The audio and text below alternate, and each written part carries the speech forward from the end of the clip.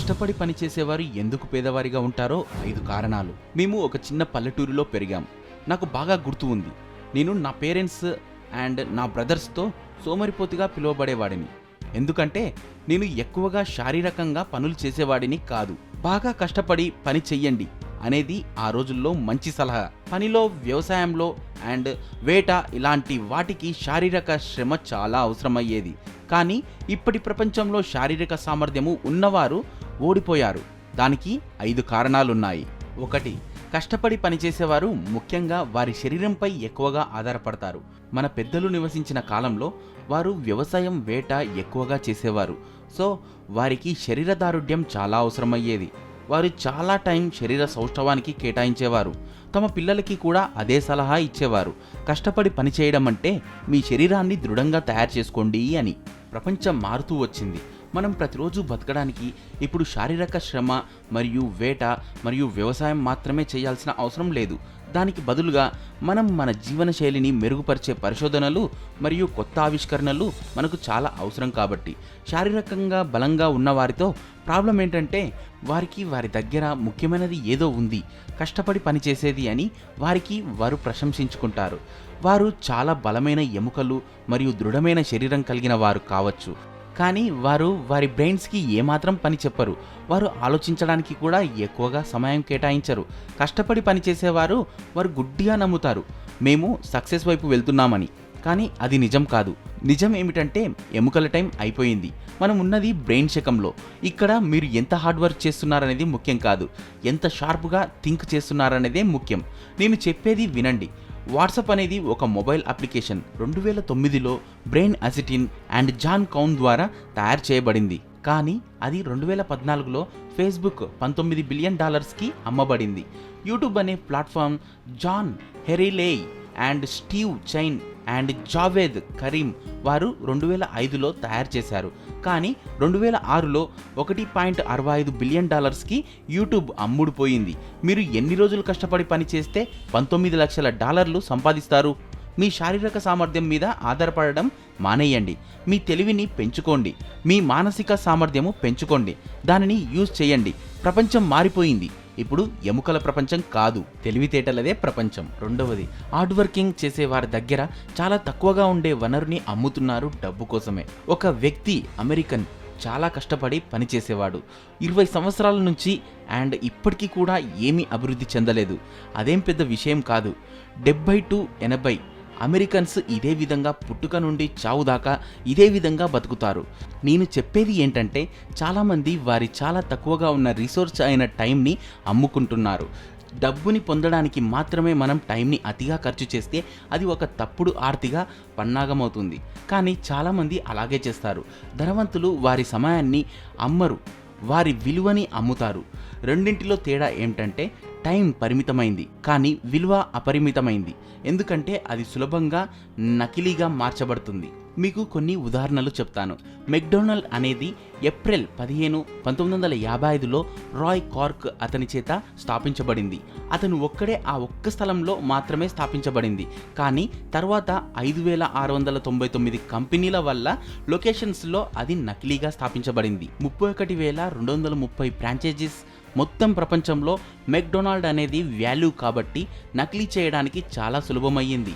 ఈ విధమైన ప్రాసెస్లో మీరు లెక్కలేనన్ని డబ్బులు సంపాదించవచ్చు. నేను మీకు ఇంకొక ఉదాహరణ చెబుతాను. మైక్రోసాఫ్ట్ అనేది ఒక సాఫ్ట్వేర్ కంపెనీ. దాని అర్థం ఏంటంటే అది చాలా విలువైన సాఫ్ట్వేర్ లాంచ్ క్రియేట్ చేయగలమని అర్థం. అది వాటిని 15 మిలియన్ కాపీలను చేసి అమ్ముతుంది. బిలియనియర్స్ ఆ డబ్బును సంపాదిస్తారు. మీ ఐఫోన్లను, బట్టలను, మీ యొక్క కళలను చూడండి. అవన్నీ ఒకసారి కనిపెట్టబడినవే. మిగతావన్నీ నకిలీ చేయబడినవి, కాపీ చేయబడినవి. తద్వారా కోట్ల డబ్బులను వాళ్ళు సంపాదించగలుగుతున్నారు. చాలా యువకులు కష్టపడి పని చేసేవారు సంవత్సరాలు వారి పనిని వారి ప్రతినిధికి అంకితం చేస్తున్నారు. అందుకే డెవలప్ కాలేకపోతున్నారు. అందుకే ధనవంతులు ఎక్కువగా డబ్బే సంపాదిస్తారు. వారి కారణం ఏంటంటే వారు వాల్యూని కాపీ చేస్తారు. మీరు మీ టైంని కాపీ చెయ్యలేరు. మీరు ఒక రోజులో 25 గంటలు పొందగలుగుతారా? అందుకని మీరు మీ టైంని నీ డబ్బు కోసం అమ్ముతున్నట్లయితే మీరు ఎప్పటికీ ధనవంతులు కాలేరు. మీరు ఎంత హార్డ్ వర్క్ చేసినా సరే మొత్తానికి నేను నేర్చుకున్నది ఏంటంటే, మీరు వాల్యూని కాపీ చేయడం ద్వారా మనుషుల యొక్క ప్రాబ్లమ్స్ చేంజ్ ఒక ప్రోడక్ట్ ఆర్ సర్వీస్ రూపంలో వారికి అందజేయడం, మరియు వాటిని కాపీ చేసి ఎన్నో మిలియన్ ప్రోడక్ట్స్ చేయడం ద్వారా మీరు మనీని పొందొచ్చు. మూడవది, హార్డ్ వర్క్ అనేది మిమ్మల్ని ఆలోచించే దారి నుండి దూరంగా ఉంచుతుంది. జిమ్ జాన్ ప్రకారం మీ జాబ్లో హార్డ్ వర్క్ చేసే కన్నా మీ టాలెంట్ని బయటకు తీయడానికి హార్డ్ వర్క్ చేస్తే మీరు ఎదుగుతారు అని. మీరు ఒకవేళ ఆఫీస్లో చాలా హార్డ్ వర్క్ చేస్తున్నారనుకోండి, మీరు డెవలప్ అవ్వడానికి మరియు ఆలోచించడానికి అస్సలు టైం దొరకదు. హెన్రీ ఫోర్డ్ ప్రకారం ఆలోచించడం అనేది అన్నిటికన్నా హార్డ్ వర్క్, అందుకే చాలా తక్కువ మంది ఈ పనిని చేయగలరు. జాబ్ మాత్రమే మీ హార్డ్ వర్క్ కాకూడదు, మీ ఆలోచనలు డెవలప్మెంట్ కూడా మీ హార్డ్ వర్క్ కావాలి. నేను అనేది మీరు హార్డ్ వర్క్ చెయ్యరు అని కాదు, మీరు సరైన దానికోసం హార్డ్ వర్క్ చెయ్యండి అని. మీరు మీ బ్రెయిన్ని మెరుగుపరిచే వాటి గురించే పని చేయండి. సృజనాత్మక ఆలోచనల కోసం మెడిటేషన్ చేయండి. మీరు జాబ్ లేదా బిజినెస్లో బిజీగా ఉన్నట్లయితే, మీతో మీరు ఒంటరిగా గడపలేకపోతూ ఉంటే మీ జీవితం గురించి ఒకసారి ఆలోచించండి. మీరు ఎంత హార్డ్ వర్క్ చేసినా ఈ విధంగా ఉంటే మీరు ఎప్పటికీ ధనవంతులు కాలేరు. నాలుగవది, హార్డ్ వర్క్ అనేది మీరు ఫైనాన్షియల్గా ఎదుగుదలను పొందకుండా చేస్తుంది. రాబర్ట్ కియోసకి ప్రకారం జాబ్ చేయడంలో ప్రాబ్లం ఏమిటంటే, అది మిమ్మల్ని ధనవంతులుగా ఉండనివ్వదు.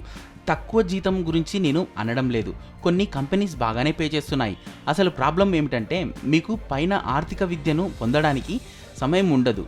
బాగా కష్టపడే ఎంప్లాయ్ తన వైఫ్తో కూర్చొని మాట్లాడే టైం కూడా అతనికి ఉండదు, ఎందుకంటే డబ్బు సంపాదించడానికి అతను చాలా హార్డ్ వర్క్ చేస్తున్నాడు. పెద్ద ప్రాబ్లం ఏంటంటే, మీకు డబ్బు గురించి తెలియకపోవడమే. మీకు డబ్బు గురించి ఎంత తెలుసో అంత రిచ్గా అవుతారు. ఫైనాన్షియల్గా మీకు ఎంత తెలివి ఉందో మీరు అంత రిచ్గా అవుతారు. దురదృష్టవశాత్తు చాలామంది డబ్బు కోసం వర్క్ చేస్తారు, కానీ డబ్బులు ఎలా వర్క్ చేయిస్తుందో తెలుసుకోరు. ఐదవది, మీరు మీ 2 చేతులతో మాత్రమే ధనవంతులు కాలేరు. అందరికీ 2 చేతులు మాత్రమే ఉంటాయి. నేను ఇప్పటికీ 10 చేతులు ఉన్న వ్యక్తిని చూడలేదు. మీకు 2 చేతులు, ఒక బ్రెయిన్ మాత్రమే ఉంది, కాబట్టి మీరు లిమిటెడ్గా మాత్రమే ఏదైనా చేయగలరు. నేను చెప్పేది ఏమిటంటే, మీరు ఎప్పుడైనా చూసారా ఒక బిజినెస్ కోసం చాలా చేతులు పనిచేయడం? ఎందుకంటే మీరు 2 చేతులు, ఒక బ్రెయిన్తో ఏ అద్భుతాలు చేయలేరు.